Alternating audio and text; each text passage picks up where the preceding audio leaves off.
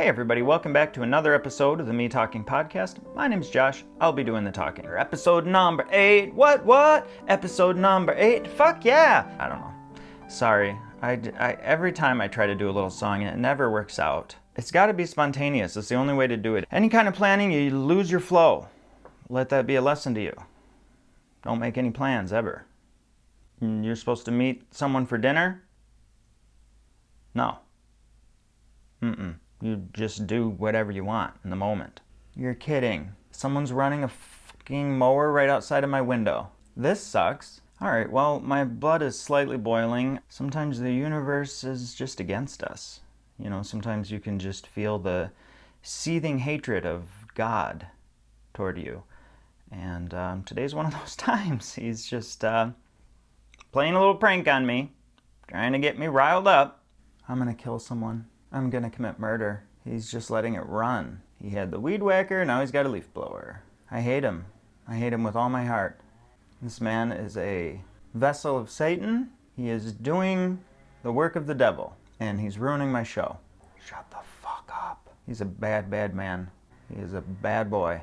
Dear God, blow up that gas-powered leaf blower, please, while he's holding it. Well, it's all part of the pod. It's all part of God's plan for us. So here's the lowdown. Basically, you saw last week's episode, right? You watched it in its entirety, right? We had a great talk with my ex-girlfriend Rachel. It was powerful, really positive, really healing, I thought. So Rachel asked to see the edited version of the episode before I posted it. So I sent it to her. Basically, she was not happy with it. So we're going to have a call and see where she's coming from. She seemed pretty upset. We're going to give her a call. We're going to dive in. I feel nervous again. All of this really causes me a lot of anxiety, but, you know, I do it for you, okay? I make the sacrifice. Sacrifice myself. Hello. Hey. Can you hear me? Yep. Well, do you want to get into why you hate me so much now? Yeah. Okay.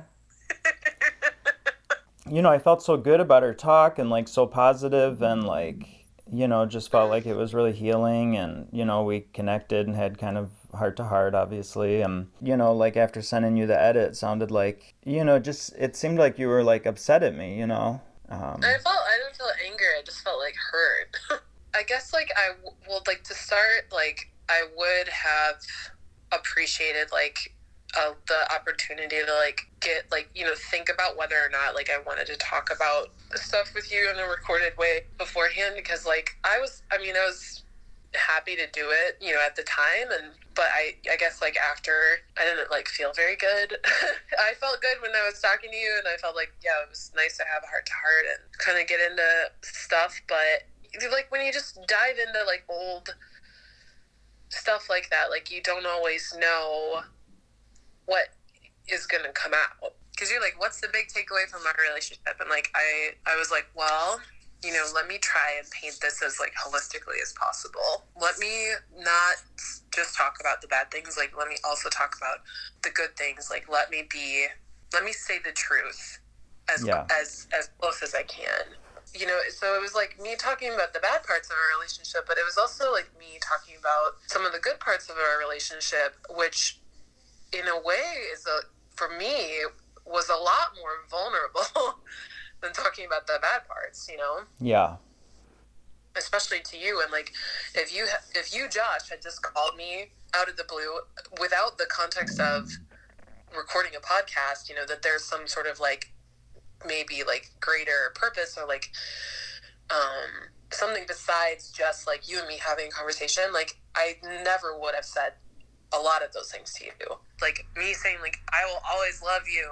Like, I still feel connected to you. I still think about you. Like, you know, that wasn't like easy to say. That was like, I don't know. That was like pretty, you know, felt very confessional. I wouldn't just say that to you. Like, not in that way. So hearing like the final edit, and it's just like, those things like weren't considered to be like like interesting or like important enough to the context of the conversation that they were just like left out. These are the things that were like the scariest and most important, like most truthful, most confessional things. Like, and like I felt like I put them out there, and then it's like, well, actually that like wasn't interesting enough. What was the point of me doing that? Because like now I feel like I've exposed myself to you, Josh, that doesn't feel very good or like safe. In my mind, there's like two different things. There's like the aspect of it that was us just having a heart to heart and personal conversation, which meant a ton to me, was really beautiful, really healing. And then there was the aspect of like, as much as I want it to be vulnerable and like real and everything like that in the podcast, there's still that balance of like, let me make it entertaining and grabbing to the short attention spans of the public. I guess the other thing, and it's a little bit of a side note, but you said you tried to paint like a complete picture of our relationship, but how I was perceiving it was like you were mostly saying it was all bad. One of the first things you said was like, honestly, it was pretty awful. And then you were like, well, there was some good things, like you made me food. Like, that didn't seem. But no one wants. I just feel like, to me, I didn't perceive that as being vulnerable from you, and also didn't perceive it as something you'd include in the edit. In light of all the negative stuff about myself, it wasn't like that redeeming. You know what I mean? Or like that, like, it didn't seem like a holistic picture of our relationship. It seemed like, you know what I'm trying to say. I just like felt so shitty like the day after like we talked. I guess maybe not the day after, it was like 2 days after. Like I just felt like, because I felt like we did like connect to like we did kind of like, it was like, oh, like there's Josh. Yeah. Why did you feel shitty? I just, why did I feel shitty? I need like a second here. Sure. Because like this has basically nothing to do with you. It's just like what happened after we talked, which is that like, like I said, Josh, like my way of getting over the loss of you in my life, my way of processing, or like not processing, but like getting through like the trauma and everything of like what had happened during the relationship, and also like when it was ending, was just to basically be like, this was all dumb and it doesn't matter. Mm-hmm. That was the way that I was like able to deal with it at the time. Like I was like working and like going to school and like trying to like, be like make my life work in a new place, and like I just like basically swept the whole thing under the rug, and I like was like actively trying to not think about it. I just wanted to forget about it all. So like years went by, and that seemed to kind of be fine. And like I said when we talked before, like I just assumed that you and I would never talk again. So I was like, whatever. But then it's like when you were like appeared, it was like I was like, whoa, like, there's Josh. And then it's like I went, this is what happens. This has happened to me a few times, like in my life with different things where, when I use that as a coping strategy to like just forget about it, it's like you just like open up Pandora's box. You're like, oh, like, whoa, like here's like a ton of memories and like things that I forgot about, and like, good things, bad things. It's just like, whoa, like that was like a lot. And I just like tried to like stuff it under the mattress. And now it's like all these things that I never dealt with, like I'm now dealing with. So I actually like went through a couple of days of like, or like 24 hours of like deep nostalgia for our relationship. I was like, man, like that was so fun. Like I miss this and like I miss that. I was like looking at old pictures and stuff, and I was like, wow, like that was like the whole thing. And then it just like, as soon as it came, like it like ended. It like stopped. I was like, oh, wait, no. Like, there's like all this other stuff too. Like all the bad parts, like those parts are there too. And like I never healed from that. Like really, I just tried to forget about it, and now I'm not forgetting about it.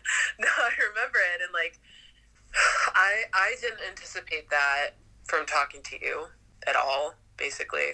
Nowadays, Josh, like, I don't, of course, now in this moment, like, I don't think that our relationship was, like, dumb or, like, like, what it was. But, like, at the time, I just didn't have, I honestly did not have the skills to deal with it. I didn't. Well, where are we at? I don't know. I mean, do you feel any better, or? Well, yeah, in a way, like, I do feel a lot better. Like, I feel like I understand, like, more about, like, where you were coming from and, like, what your thought process was, and, like, that's helpful to know. But I still feel like I'm basically grieving our relationship, like, like, all that grief that I didn't really feel before, because I just numbed myself.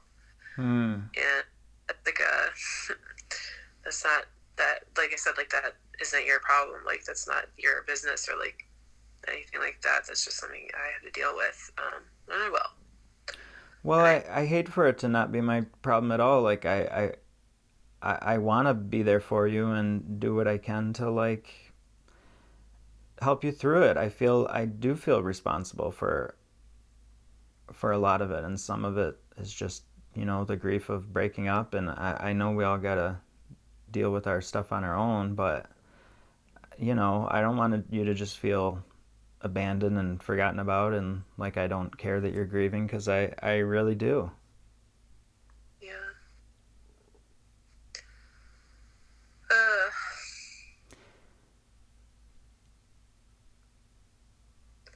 Okay. There's nothing like, I can do.